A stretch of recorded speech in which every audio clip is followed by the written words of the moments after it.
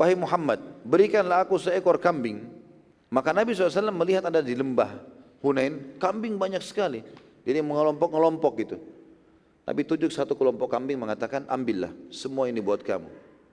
Orang ini mengatakan, wahai Muhammad, jangan olok-olok aku. Dia cuma minta satu ekor. Kata Nabi SAW, tidak sama sekali. Ambil, untuk kamu semuanya. Kemudian diambillah sama dia semua, ya, kambing tersebut dibawa ke sukunya. Dan pada saat itu diambil langsung dia pergi. Kebetulan suku dia di dekat lembah Hunain. Dia mu'alaf baru masuk Islam di Mekah. Maka pada saat itu pun dia teriak dari depan gerbang sukunya mengatakan, wahai kaumku, masuk Islamlah, karena Muhammad mengajarkan agama yang tidak akan pernah membuat kita miskin. Maka pada saat itu kaumnya ngeromboni dia, mengatakan, apa yang terjadi? Dia bilang, saya masuk Islam. Lihat apa yang saya bawa ini, sekian ratus ekor kambing. Kata mereka, dari mana? Muhammad kasih saya cuma-cuma. Hanya dengan syahadat saja. Masuk Islamlah kalian. Berbondong-bondong sukunya datang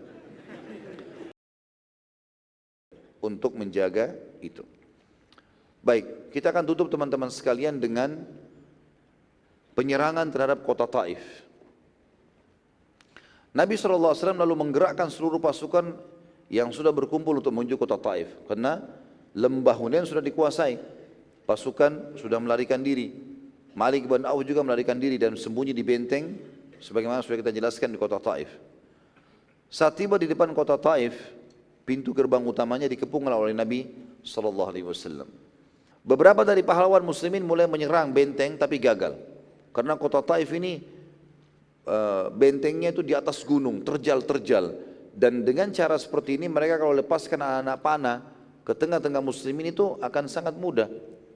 Maka kewalahan sekali muslimin untuk memenangkan peperangan pada saat itu. Dan Nabi SAW mengepung lama sekali wilayah kota Taif, 40 harian gitu. Nabi SAW memerintahkan agar seluruh wilayah benteng Taif ditanamkan tombak-tombak dan anak-anak panah agar penduduk Taif tidak bisa melarikan diri, tapi juga belum berhasil. Jadi di sekitar pintu gerbangnya, di depan-depannya semua itu digali, tancapin tombak-tombak sehingga keluar runcing-runcingnya tombak tersebut dengan anak-anak panah supaya mereka tidak bisa keluar, ya. Tapi juga belum berhasil pada saat itu. Pada saat itu Uyainah bin Husn menawarkan diri kepada Nabi SAW. Masih ingat Uyainah bin Husn ya? Masih enggak? Masih hidup enggak ini? Hah? Senyap sekali. Hidup ya? Uyainah bin Husn atau bin Muhsin ini adalah pemimpin Ghatafan yang awal ikut bergabung di Madinah, ikut dengan kecemburuan. Dia menawarkan diri kepada Nabi SAW, ya Rasulullah, biarkan saya negosiasi sama orang Taif. Saya tahu siapa mereka ini. Maka Nabi SAW mengatakan, baik, pergilah ke sana. Ya. Kemudian uniknya pada saat dia masuk ke dalam sana, ya, waktu diiyakan oleh Nabi SAW, Uyainah ya, diizinkan masuk. Karena mereka tahu Uyainah ini. Uyainah ini dianggap orang kafir dulunya. Enggak tahu kalau sudah gabung dengan pasukan muslimin. Maka kemudian mereka berkata, ada berita apa dengan Muhai Uyainah? Uyainah bilang, ketahuilah bahwa pasukan muslimin sangat lemah. Maka jangan pernah kalian menyerah. Padahal dia sudah muslim sekarang. Ya. Bukankah kalian telah menyaksikan sendiri kalau di Hunain di awal peperangan kalian telah mengalahkan mereka? Maka sekali lagi bertahanlah. Dan kalian adalah ahli perang dan pemilik benteng yang kokoh. Itu pengkhianatan gitu. Uyainah ini. Pada saat Uyainah kembali ke pasukan muslimin, Nabi SAW bertanya kepadanya, ada berita apa yang kau bawa hai Uyainah? Dia bilangnya, Rasulullah, sesungguhnya aku telah menakut-nakuti mereka. Seraya berkata, siapa kalian sampai ingin melawan Muhammad? Apakah kalian tidak melihat bagaimana pasukan muslimin telah menaklukkan Khaybar? Maka menyerahlah. Dia lupa kalau Nabi SAW Nabi, ada wahyu. Maka Nabi SAW mengatakan, apakah benar yang kau ucapkan hai Uyainah? Benar yang kau ucapkan ini? Dia bilang, iya benar. Nabi SAW mengatakan, engkau telah berdusta. Tapi engkau telah mengucapkan begini dan begitu. Nabi rincikan kata-katanya Uyainah gitu. Pada saat itu Uyainah akhirnya ketakutan. Dan dia baru tahu kalau Nabi SAW ini tahu semuanya gitu. Seperti kasusnya Abu Sufyan yang akhirnya kokoh imannya gara-gara itu. Maka dia pun akhirnya terdiam. Dia nggak bisa ngomong apa-apa. Umar bin Khattab henuskan pedang. Ya Rasulullah, izinkan tebas lehernya. Ini kalau Umar hidup sekarang enak sekali nih ya. Maka Nabi SAW menjawab, biarkan saja dia, hai Umar, agar orang-orang jangan mengatakan Muhammad membunuh sahabatnya. Subhanallah, ini perkataan Nabi SAW luar biasa. Sayangnya banyak di antara muslimin tidak memahami kalimat ini. Maksudnya kata para ulama adalah, jangan sampai ada statement muslim bunuh muslim. Di sini takbir, sana takbir. Mau masuk ke surga di bagaimana caranya? Membunuh sama muslim, enggak mungkin. Dan dalam hadis sahih kata Nabi SAW, sungguh murkahnya Allah memuncak pada orang yang membunuh seorang mukmin atau muslim. Tidak boleh, kecuali ada udzur syar'inya, gitu kan.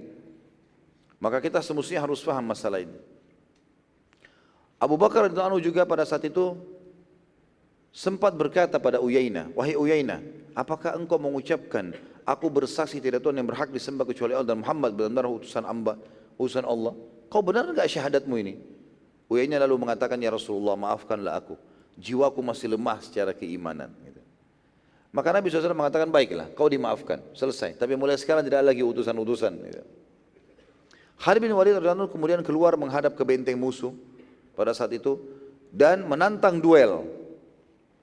Ayo siapa kalian yang ahli perang, keluar, lawan saya. Siapa yang akan menduel melawanku? Khalid bin Walid terus mengangkat suaranya. Tidak ada yang keluar satupun. Lalu kemudian Khalid terus menantang sampai akhirnya mereka melempar surat ke Khalid bin Walid pakai anak panah. Isinya, hai Khalid, biar kau berdiri di tempatmu setahun kami tidak akan keluar. Enggak ada duel. Gitu. Mereka tahu siapa Khalid bin Walid. Gitu. Beberapa sahabat lalu membawa benteng kayu ya, atau manjanik. Kalau masih ingat di perang Khaybar, di antara ghanimah adalah ada kayu yang besar disusun sampai tingginya kalau sekarang mungkin mencapai 10-15 meter. Itu ada rodanya pun masih dari kayu waktu itu. Dan ada tangga-tangga sehingga untuk ke atas paling puncak pun bisa. Jadi dia seperti kotak kurang lebih tingginya sekitar 10-15 meter, lebarnya sekitar 5 meter. Ya. Dari situ bisa diisi banyak pasukan-pasukan lalu didorong. Tujuannya adalah ditempelkan ke tembok benteng musuh, mereka bisa naik ke atas nanti. Seperti itulah. Dan di bagian depannya itu ditempel kulit-kulit hewan, karena biasanya cara menghancurkan alat seperti ini zaman dulu, mereka melemparkan anak-anak panah mereka yang ada apinya.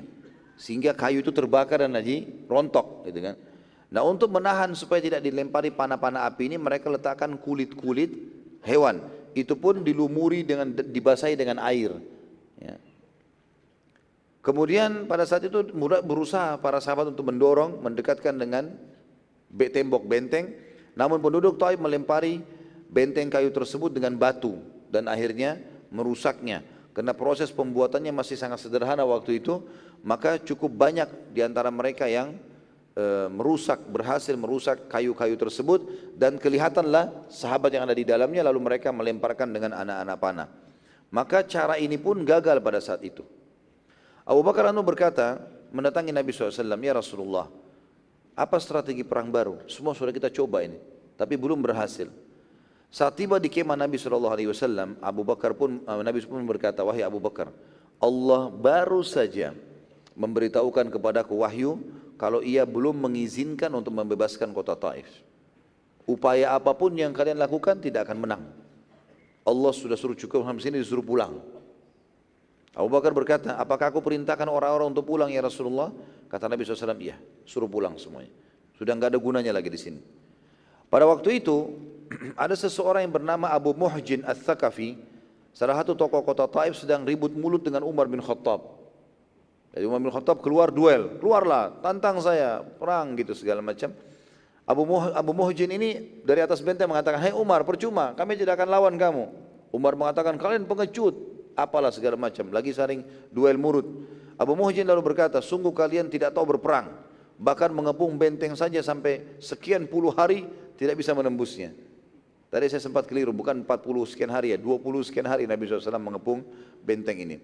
Umar lalu menjawab, kalian hanya seperti biawak yang sedang sembunyi dalam lubangnya karena takut pada musuh. Mau kemana kalian? Demi Allah kami akan menunggu walaupun setahun sampai kalian menyerah. Abu Bakar lalu mendekati Umar dan berkata, hai Umar, jangan ucapkan kalimat itu. Karena Nabi SAW telah memberitahukan kepadaku bahwasanya kota Taif tidak diizinkan oleh Allah untuk dibuka.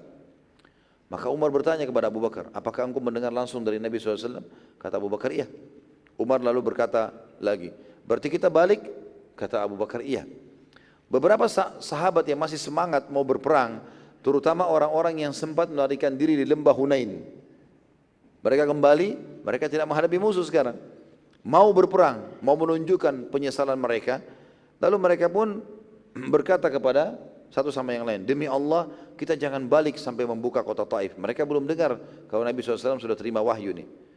Mereka mendatangi Nabi SAW seraya berkata, wahai utusan Allah, izinkan kami menyerang dan menembus atau menebus kesalahan-kesalahan kami. Kata Nabi SAW, tidak bisa. Allah belum mengizinkan untuk membuka ini. Dan ini poin penting teman-teman sekalian. Bayangkan peperangan dipimpin oleh Nabi SAW, pasukannya Nabi SAW 12.000, dan ada sebuah hadis yang berbunyi, pasukan muslim 12.000 tidak akan terkalahkan. Ada hadis yang seperti itu, dihasankan oleh para ulama. Maka di sini teman-teman sekalian, kita perlu ambil pelajaran. Ada peperangan Nabi SAW menang, di Badar menang, gitu kan? Di perang Ahzab menang. Kemudian ada peperangan yang Nabi SAW dan pasukan muslimin terkalahkan, di Uhud misalnya. Ada peperangan yang Nabi SAW menyerang tapi tidak ada perlawanan, Mekah. Ada peperangan yang Nabi SAW menyerang tapi tidak sama sekali diizinkan oleh Allah untuk menang. Dan ini bisa terjadi. Beragam macam kejadian ini adalah pelajaran buat kita semua. Walaupun kita kuat, kita punya strategi, kita sudah berdoa, kalau Allah belum izinkan maka tidak bisa. Mirip dengan kasus penyerangan Konstantinopel. Ya. Nabi SAW sudah menyebutkan kalian akan membebaskan Konstantinopel. Bayangkan dari zaman Yazid bin Muawiyah sampai kurang lebih berjalan itu Yazid bin Muawiyah berkuasa di tahun 60-an Hijriah. Itu sampai terjadinya nanti di Sultan Fatih. Ya, itu tahun 1453 Masehi, jadi sudah sekian ribu tahun, 100 tahun baru kemudian terjadi. Padahal penyerangan non-stop, terus terjadi. Kuasa Allah SWT. Allah ingin bukakan di tangan siapa itu kuasa Allah Subhanahu Wa Taala. Maka karena mereka mendesak, ya, kata Nabi SAW, cobalah kalau kalian mau coba. Tetapi tidak akan ada kemenangan, tidak bisa. Allah sudah tutup itu. Maka mereka pun mencoba dengan kekuatan penuh, namun juga gagal. Karena anak-anak panah kota Taif banyak sekali. Mereka lempar anak-anak panah dari dalam kota, hanya menyerang muslimin. Nabi SAW waktu mereka melihat mereka kembali, banyak yang luka segala macam, kata Nabi SAW, bukankah sudah aku katakan? Allah belum izinkan, sekarang baliklah. Maka mereka pun mengatakan, wahai utusan Allah, kalau demikian, doakan saja agar mereka binasa. Kalau kita tidak izinkan oleh Allah, doakan supaya Allah hancurkan saja mereka. Maka Nabi SAW mengatakan, ya Allah berikanlah hidayah penduduk kota Taif. Bukan malah Nabi SAW doakan kehancuran, tapi Nabi SAW doakan hidayah. Nabi SAW saat itu belum langsung bubar, dan masih menunggu sekitar 10 hari, dengan harapan penduduk Taif datang dan masuk Islam. Juga memohon agar para tawanan dari kaum wanita dan anak-anak mereka dibebaskan. Tapi juga mereka tidak kunjung datang. Maka Nabi SAW pada saat itu mulai membagi harta rampasan perang. Kan banyak dari harta rampasan perangnya kan, ada wanita, ada anak-anak. Nabi tunggu 10 hari tidak ada penyerangan supaya orang Taif tahu kalau kita bukan mau menyerang. Udah tidak usah diserang, berhenti. Tapi masih di situ, nunggu. Ada enggak yang mereka datang mau menyerahkan diri, mau masuk Islam? Nabi SAW melihat tidak ada sama sekali, maka mulailah Nabi SAW membagi-bagi harta rampasan perang. Nabi SAW mulai membagi harta rampasan perang kepada para mu'allaf. Dan dimulai pada saat itu dengan Abu Sufyan. Nabi SAW menyuruh Abu Sufyan diberikan 100 ekor unta. Ditambah dengan 100 ukiah emas dan perak. Banyak sekali harta ini, melimpah. 1 ekor unta saya sudah mahal sekali, apalagi 100 ekor unta. Plus 100 ukiah. Ya, ukiah itu mungkin bisa, 1 ukiah itu bisa belasan atau mungkin puluhan kilo emas. Ini 100 ukiah, banyak sekali. Abu Sufyan waktu itu karena masih mu'allab, ya, dan walaupun dia sudah merasa tenang dengan Islam, dia lalu mengatakan juga, anakku Muawiyah wahai Rasulullah, minta juga harta buat anaknya. Di depan orang-orang, kata Nabi SAW, berikan anaknya juga 100 ekor unta, sama 100 ukiah emas dan perak. Abu Sufyan bilang lagi, anakku Yazid ya Rasulullah. Kata Nabi SAW, berikan juga anaknya Yazid 100 ekor unta dan 100 ukiah emas dan perak. Abu Sufyan pada saat itu meletakkan semua itu di atas selembar kain besar. Dia bawa kain besar, ditaruh semua di situ. Punya dia, punya anaknya Muawiyah, punya anaknya Yazid gitu. Dan pada saat itu saking banyaknya, dia berusaha mengangkat tapi tidak bisa. Karena beratnya. Lalu ia berkata, bantulah aku mengangkatnya gitu. Kata Nabi SAW, jangan. Tidak ada boleh ada yang bantu. Angkat sendiri. Maka Abu Sufyan, subhanallah, orang kalau depan matanya lihat harta sudah lain. Dia lihat begitu maka dia berusaha mengangkat kain tersebut. Gitu ya. Terus saja dia berusaha mengangkat di punggungnya sampai berhasil. Kuasa Allah dia bisa mengangkat ya. Takut harta ini ditarik kembali oleh Nabi SAW, maka dibawa. Nabi SAW pada saat melihat hal tersebut menggeleng-gelengkan kepala. Dalam riwayat dikatakan karena heran melihat cinta dunia para mu'allaf ini. Nabi SAW lalu memanggil yang kedua Uyainah bin Muhsin tadi, yang selalu cemburu dari awal itu ya. Pemimpin Ghatafan. Kata Nabi SAW, berikan dia 100 ekor unta dan 100 ukiah dari emas dan perak ya. Bayangkan di sini teman-teman sekalian bagaimana Nabi SAW menarik hati para mu'allaf. Uyainah baru saja mengkhianat tadi, berkhianat kan tadi. Dia masuk ke Taif lalu dia mengatakan bertahanlah segala macam. Nabi SAW maafkan, masih dikasih ukiah ya, masih dikasih 100 ekor unta dan 100 ukiah. Nabi SAW panggil lagi Aqra bin Harith. Ini juga salah satu pimpinan suku Tamim ya, yang masuk Islam, masih mu'allaf. Kasih juga sama, 100 ekor unta, 100 ukiah. Sampai itu dikenal dengan hari seratusan. Ya, begitu dikatakan dalam buku sejarah. Karena Nabi SAW suruh bagi 100 gitu. Kemudian dipanggil lagi Safwan bin Umayyah.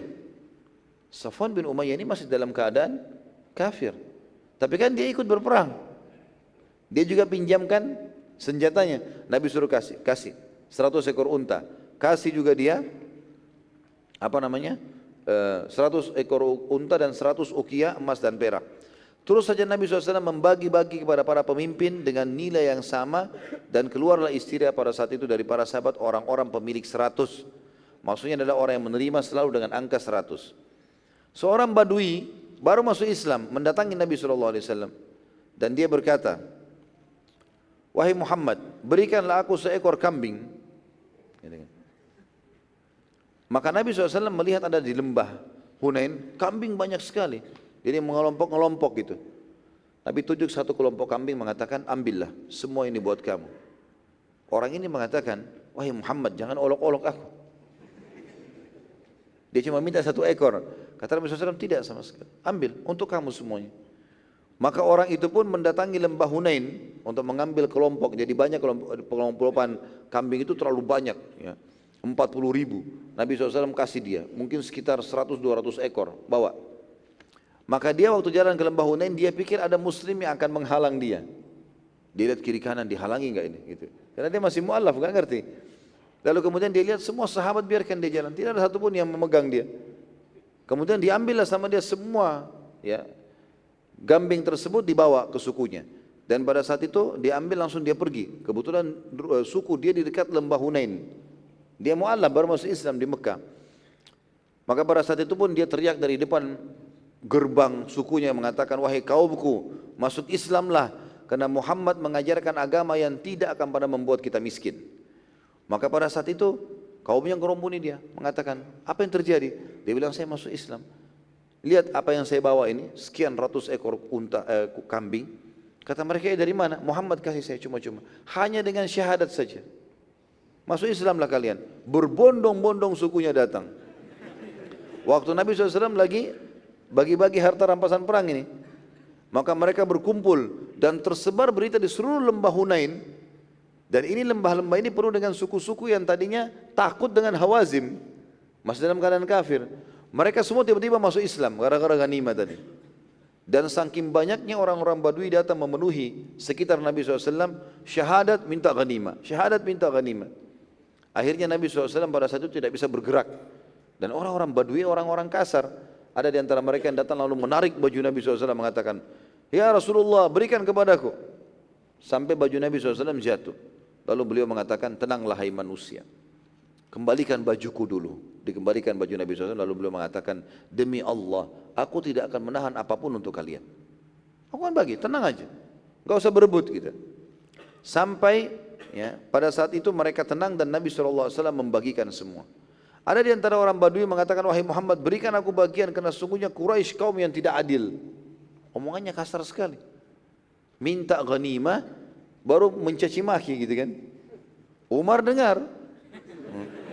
Umar marahin. Sudah biasa lah. Maka Umar mengatakan, ya Rasulullah, penggal lehernya. Nabi SAW mengatakan, biarkan hai Umar. Ya. Lalu kemudian Nabi mengatakan kepada orang Badui tadi, luar biasa ya, orang ini udah berkata begitu, minta ghanimah, dikasih oleh Nabi SAW. Lalu Nabi masih tanya, apa kau sudah ridho? Orang itu mengatakan, iya, aku sudah ridho. Gitu kan. Maka Nabi SAW terus memberi suku-suku Arab kecuali Ansar. Ansar nggak dikasih waktu itu. Dari Madinah belum dibagi. Ini semua orang-orang mu'allaf ini. Di dalam tawanan perang, nanti kita akan kembali ke kisah Ansar ya. Di dalam tawanan perang wanita, ada satu wanita tua sekali, umurnya sudah 70 tahunan. Namanya Syaima binti Harith. Siapa orang ini teman-teman sekalian, Syaima binti Harith? Harith ini adalah suaminya Halimah Sa'diyah. Yang dulu menyusui Nabi SAW di Mekah. Dari suku Sa'di. Nama suaminya Halimah adalah Harith. Ini Syaima anaknya Halimah Sa'diyah. Tapi sudah tua, lebih tua dari Nabi SAW. Waktu Nabi lagi disusuin oleh Halimah, ini sudah jadi kakak susuannya Nabi SAW. Dia teriak-teriak dalam harta rampasan perang ini di kumpulan tawanan. Dia mengatakan, aku adalah saudari Nabi kalian. Para sahabat menjawab, kami tidak tahu kalau Nabi kami punya saudari. Nabi meninggal ibunya 6 tahun. Ayahnya juga meninggal, dia masih 6 bulan di perut ibunya. Enggak ada saudaranya Nabi SAW gitu. Maka Syaima berkata, bawalah aku kepadanya. Lalu dibawalah Syaima ke hadapan Nabi SAW. Lalu kemudian para sahabat mengatakan, wahai utusan Allah, ada wanita yang mengaku sebagai saudari anda nih. Ini orangnya. Nabi SAW bertanya kepadanya, siapa engkau? Nabi tidak kenal, sudah tua, 70 tahun. Nabi SAW waktu itu sampai umur 6 tahun saja tinggal di suku Sa'diyah. Selebihnya sudah tinggal di Mekah gitu kan. Dan kemudian hijrah ke Madinah. Maka Syaima berkata, aku Syaima binti Harith As-Sa'di. Aku adalah anaknya Halimah As-Sa'diyah. Nabi SAW berkata, apakah ada tanda kalau engkau adalah saudari susuanku? Ada sesuatu yang kau tahu? Kisah apa yang kau ingat? Maka kata Syaima, di pundakku terdapat tanda bekas gigitanmu dulu. Itu yang aku ingat. Dulu pernah kau gigit pundakku, gitu kan? Maka Nabi SAW menjawab, engkau benar. Maka Nabi SAW pun memerintahkan agar Syaima dibebaskan. Bahkan sempat Nabi SAW tawarkan agar Syaima ikut ke Madinah, tapi dia lebih memilih untuk tinggal bersama kaumnya di kota Taif. Termasuk dalam tawanan perang adalah Suraka bin Malik al-Jush'umi. Masih ingat kita Suraka ini? Suraka ini waktu Nabi SAW mau hijrah ke Madinah dengan Abu Bakar, dia sempat mengejar. Gitu kan? Kemudian kaki untanya tenggelam. Gitu kan? Kemudian dia sampai 3 kali, karena dia ketakutan, maka dia mengatakan, hai Muhammad, berikanlah kepadaku jaminan. Ya, maka Nabi SAW mengatakan, baiklah, suruh Abu Bakar tulis surat jaminan. Kalau Suraka punya jaminan dari Nabi SAW. Dan pada saat itu tentu di dalamnya itu atau ditulis pada saat itu oleh Abu Bakar di atas sebuah tulang, ya, dan disimpan oleh Suraka. Nabi SAW pada saat itu dilaporkan oleh para sahabat ada dalam tawanan Suraka, minta tolong bertemu dengan anda ya Rasulullah. Kata Nabi SAW, pertemukan dengan saya. Kata dia, wahai Muhammad, apakah kau masih ingat aku punya jaminan darimu? Lalu dikeluarkanlah tulang tersebut, tulisannya Abu Bakar. Kata Nabi SAW, iya, hari ini adalah hari kemuliaan dan penepatan janji, bebaskan dia. Dibebaskan. Melihat kejujuran dan kebaikan hati Nabi SAW, tiba-tiba Suraka syahadat, masuk Islam gara-gara itu. Sekarang kita masuk teman-teman sekalian ke keadaan kaum Ansar. Orang-orang Ansar di depan mata mereka, mereka yang tadinya menyambut Nabi SAW hijrah dari Mekah ke Madinah dalam kondisi di Mekah ditolak, diusir, kan gitu. Maka mereka terpukul, kok bisa? Bahkan mereka yang membawakan pasukan inti yang menembus Mekah. Sekarang di Hunain pun mereka juga pasukan inti. Kok semua orang dapat ghanimah kecuali Ansar ini? Sebagian di antara mereka satu sama yang lain orang Ansar ini saling bicara. Kenapa ya Rasulullah melupakan kita? Apakah karena Rasulullah SAW sudah bertemu dengan kaumnya? Sudah ke Mekah, ketemu kaumnya, sudah menang membebaskan kotanya sampai lupa sama kita. Maksudnya kita lebih dulu diperhatikan.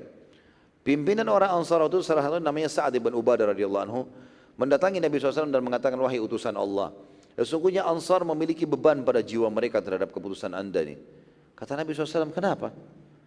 Dia mengatakan, karena anda membagikan ghanimah untuk seluruh orang kecuali Ansar. Kata Nabi SAW, bagaimana dengan engkau hai Sa'ad? Sa'ad bin Ubadah ini orang pimpinan Ansar yang terkenal dengan keimanannya. Dia mengatakan, aku juga hanya bagian dari kaumku. Aku juga merasakan hal yang sama ya Rasulullah. Butuh jawaban ini. Maka Nabi SAW mengatakan, kumpulkan kaummu. Jangan tinggalkan satupun dari Ansar kecuali sudah berkumpul, gitu kan. Dan tidak boleh ada yang hadir kecuali Ansar. Setelah mereka berkumpul dan hadir pada saat itu, Nabi SAW berkhutbah di hadapan mereka. Setelah tahmid, salawat untuk diri beliau SAW, beliau bersabda, wahai kaum Ansar, bukankah aku datang pada kalian di saat kalian sesat, lalu Allah beri hidayah? Bukankah saat aku datang kalian miskin, lalu Allah kayahkan kalian? Bukankah aku datang saat kalian berpecah belah, lalu kalian disatukan oleh Allah? Bukankah terkalahkannya Yahudi musuh kalian, ya, itu dengan datangnya aku? Jadi dulu waktu di Madinah sebenarnya, waktu sebelum Nabi SAW hijrah, suku Ansar ini terdiri dari dua suku, namanya Aus dan Khazraj. Itu oleh orang-orang Yahudi dibuat berantem terus, perang, dan dibiayai, sehingga peranglah terus, gitu kan. Setiap pertanyaan Nabi SAW ini selalu jawaban orang Ansar, Allah dan Rasulnya pemilik karunia dan kebaikan. Lalu Nabi SAW berkata lagi, dan pastilah kalian juga benar kalau kalian berkata, kalian bisa jawab, hai Muhammad, engkau telah datang kepada kami dalam keadaan tersesat, lalu kami menerimamu. Kamu enggak tahu harus kemana, Madinah dulu menerimamu. Datang dalam keadaan miskin dan kami memberimu, terusir dan kami melindungimu.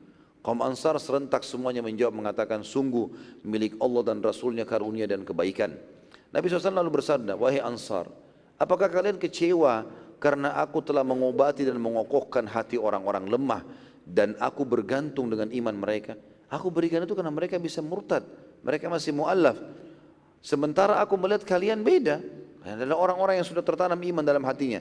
Bagaimana pendapat kalian wahai Ansar? Sementara manusia membawa unta dan kambing dan kalian membawa pulang Rasulullah sallallahu alaihi wasallam.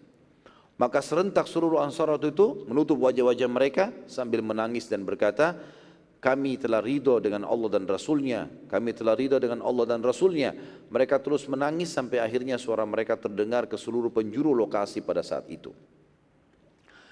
Di sini teman-teman sekalian, tentu kita ambil pelajaran penting, bagaimana bisa dipertemukan dan dipertaruhkan antara harta rampasan perang dengan Rasulullah SAW. Gak mungkin. Maka pada saat itu pun Nabi SAW berdoa kepada Allah dan berkata, ya Allah, kasihanilah Ansar dan anak-anak Ansar, juga cucu-cucu Ansar. Dalam riwayat lain dikatakan, ya Allah, berkahilah, rahmatilah Ansar dan keturunan Ansar dan anak-anak Ansar dan keturunan-keturunan Ansar. Ya Allah, musuhilah semua yang memusuhi Ansar dan kasihanilah semua yang mengasihani Ansar. Maka seluruh Ansar pada saat itu berdoa dengan doa, bergembira dengan doa Nabi SAW, dan akhirnya mereka mengambil atau menerima keputusan itu. Dan ini juga pelajaran penting teman-teman sekalian, bagaimana para sahabat ridwanullahi alaihim, bagi mereka terpenting adalah masalah kenikmatan iman, bukan harta. Dan yang membuat orang-orang Ansar bisa menerima sementara orang menerima 100 ekor unta, 100 ekor unta, 100 ukiah emas, dan sementara mereka tidak, hanya karena masalah keimanannya. Pada saat Nabi SAW akan kembali ke Mekah, tiba-tiba utusan Hawazim datang kepada Nabi SAW. Kita tutup dengan ini tentunya. Wahai Muhammad, kasihanilah kami. Setelah Nabi SAW bagi-bagi harta rampasan perang semuanya, wanita-wanitanya, anak-anaknya, hartanya semua sudah dibagi, gitu kan. Maka baru datang utusan kota Taif, Hawazim ini, baru keluar dari benteng setelah Nabi tunggu 10 hari.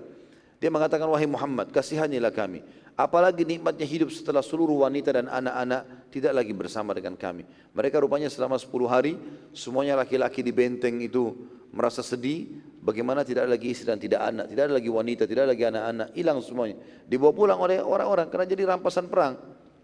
Maka Nabi SAW mengatakan, demi Allah aku tidak menunggu selama waktu ini semua 10 hari kecuali berharap kalian datang dan memohon serta masuk Islam, gitu. Sekarang semua sudah di tangan orang-orang, gak mungkin aku ambil kembali. Lalu utusan Hawazim mengatakan, tolonglah hai Muhammad, lakukan sesuatu. Kata Nabi SAW pada saat itu, bertanya kepada mereka, mana yang kalian lebih sukai, keluarga kalian atau harta kalian? Pilih salah satunya. istri anak atau harta? Maka mereka mengatakan tentu kami tidak akan mendahulukan sesuatu dari nasab kami. Artinya pasti keluarga kami dahulukan. Maka Nabi SAW mengatakan, nanti aku akan kumpulkan manusia. Bila aku sudah kumpulkan manusia, aku akan berikan kalian kesempatan untuk menyampaikan hajat kalian. Dan sampaikanlah hajat kalian. Saat muslimin dikumpulkan oleh Nabi SAW, semua disuruh kumpul. Sementara mereka sudah punya harta rampasan perang. Maka Nabi SAW memerintahkan agar seluruh pasukan pada saat itu mendengarkan keluhan suku Hawazim. Mulailah pimpinan mereka Hawazim berkata, wahai sekalian manusia, kasihanilah kami. Sungguh nasab kami telah terputus atau akan terputus, maka kembalikanlah keluarga kami kepada kami. Nabi SAW waktu dengar itu, sebelum sahabat menjawab, beliau berdiri. Lalu Nabi SAW mengatakan, kalau harta, maka kami tidak akan kembalikan. Tetapi wanita dan anak-anak yang ada di bawah naunganku, yang aku sudah miliki sekarang dibagi bagianku, maka ambillah untuk kalian semua. Karena kan tadi Nabi sudah bilang, kalau seluruh harta juga ditarik susah. Kalau emas, perak, unta sudah nggak bisa lagi diambil. Maka aku kembalikan yang di bawah naunganku. Mendengar pernyataan Nabi SAW, maka serentak kaum muhajirin berdiri dan berkata, siapapun di bawah naungan kami, milik kalian. Demi kemuliaan Rasulullah SAW. Dan perlu juga kita garis bawahi ya, orang-orang Ansar tadi, yang mereka tidak dapat ghanimah itu adalah maksudnya harta ya, unta, emas, perak. Tapi tawanan dapat, perempuan dan anak-anak dibagiin gitu loh. Dari tawanan mereka. Maka orang Ansar pun berdiri.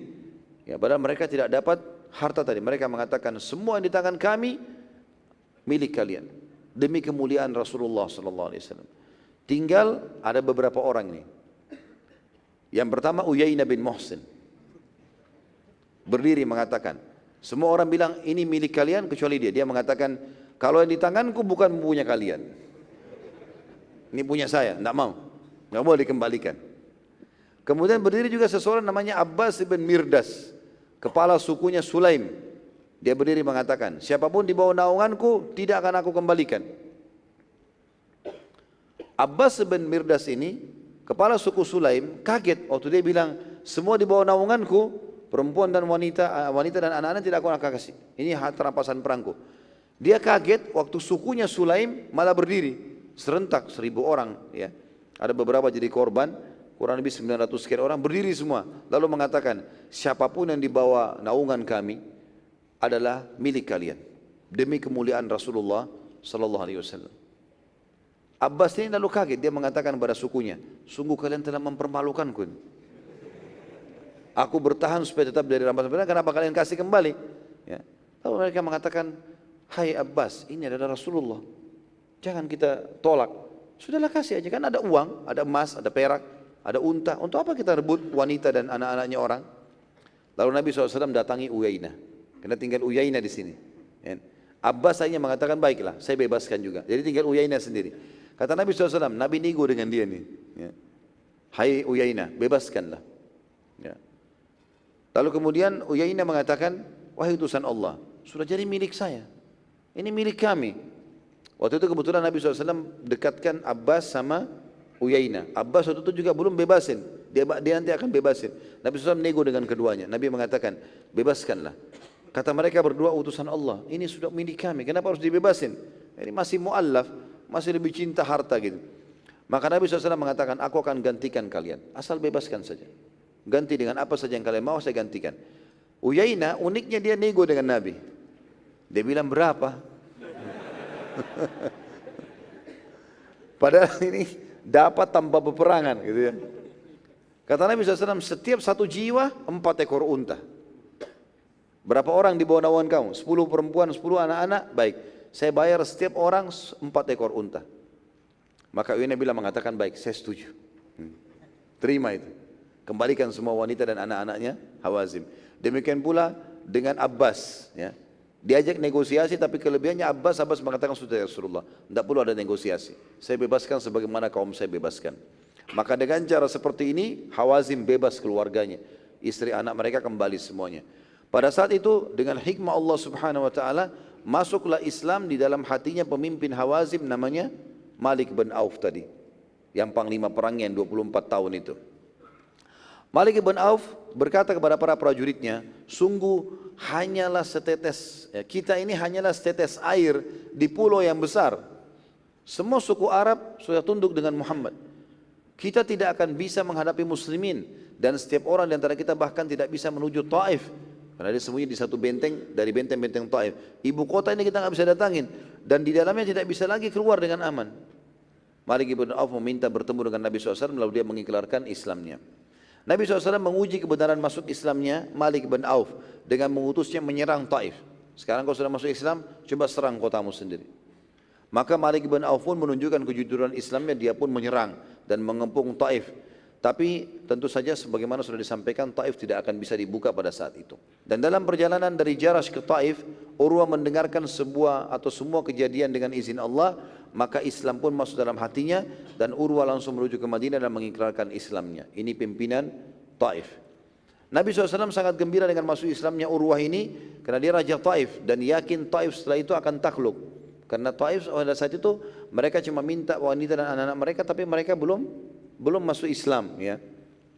Urwah lalu kemudian belajar banyak tentang Islam dan kemudian pulang dan berkata, ya Rasulullah, izinkan aku mendakwahi kaumku. Kata Nabi SAW, tapi mereka akan membunuhmu nanti. Kata Urwah, wahai utusan Allah, ini kewajibanku, aku harus mendakwahi mereka. Maka Nabi SAW mengatakan, baiklah, tapi hati-hati, mereka akan bisa membunuhmu. Tapi kalau kamu terbunuh, maka mati syahid. Maka Urwah mengatakan, walaupun mereka membunuhku ya Rasulullah. Akhirnya Nabi SAW mengizinkan dia. Saat tiba di kota Taif, seluruh penduduk Taif menyambutnya dengan meriah karena dia pimpinannya. Dan mereka tidak tahu kalau dari kota negeri Syam, ini Urwah sudah menuju ke Madinah masuk Islam. Maka pada saat itu pun mereka menyambut dengan meriah, dan tradisi masyarakat Taif waktu itu, mereka datang, setiap datang pasti menyembah patung mereka yang dikenal dengan Al-Lat. Ya. Jadi Al-Uzza ada di perjalanan antara Mekah sama Taif, sementara Al-Lat ada di kota Taif itu. Urwah bin Zubair tidak ke sana dan langsung ke rumahnya. Penduduk Taif tidak tahu, mereka mengatakan mungkin dia letih, ya, dari perjalanan jauh. Beberapa pemuka Taif mendatangi Urwah di rumahnya, dan ternyata Urwah mendakwakan Islam kepada mereka, dan spontan mereka semua menolak. Nah, izinkan saya tutup dengan ini teman-teman sekalian, karena kita harus rangkumkan tentang masalah Taif ini, ya. Pada saat melihat peluang mendakwahi kaumnya tertolak, maka Urwah pun naik di atas rumahnya, kemudian dia azan untuk sholat dengan suara keras. Maka para pemuka kaumnya melemparkan anak panah kepadanya sampai akhirnya Urwah mati syahid radhiyallahu anhu.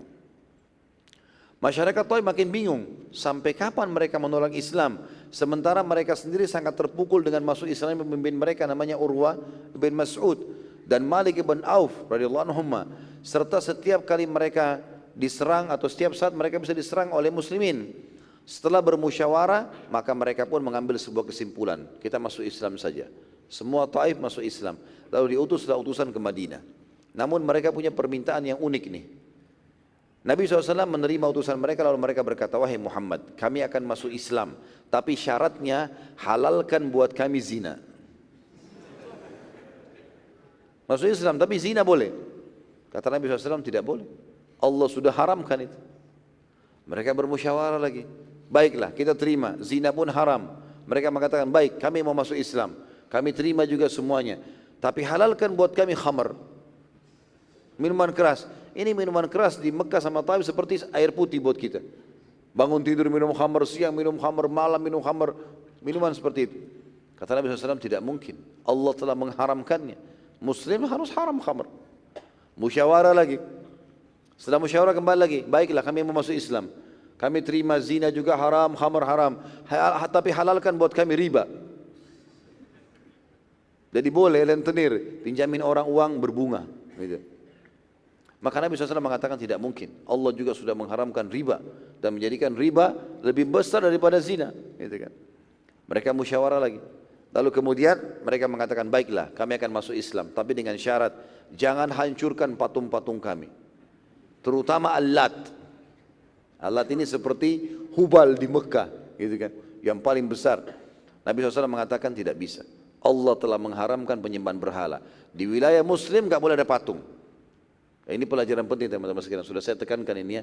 Tidak boleh di kota Muslim, di rumah seorang Muslim ada patung, alasan apapun harus dihilangkan. Mereka bermusyawarah, lalu kemudian mereka datang lagi mengatakan, baiklah kami akan masuk Islam, tapi kalaupun engkau mau hancurkan Lat dan patung-patung, jangan kami yang hancurkan. Kami tidak berani, takut kualat itu. Maka kata Nabi SAW, tidak apa-apa, akan dihancurkan oleh selain kalian. Maka Nabi SAW mengutus kepada mereka Amr bin As radhiyallahu anhu untuk menghancurkan Tuhan-Tuhan mereka. Pada saat tiba di kota Taif, seluruh masyarakat Taif menunggu pada saat itu. Karena ini adalah hari penghancuran berhala mereka. Dan saya sudah katakan tadi, Taif adalah kota kedua terbanyak patungnya setelah Mekah. Ya. Mekah itu di sekitar Ka'bah saja 375. Di seluruh Mekah itu ada ribuan patung. Dihancurin semua. Di Taif adalah kota kedua. Maka kota Taif waktu itu masyarakat menunggu semua.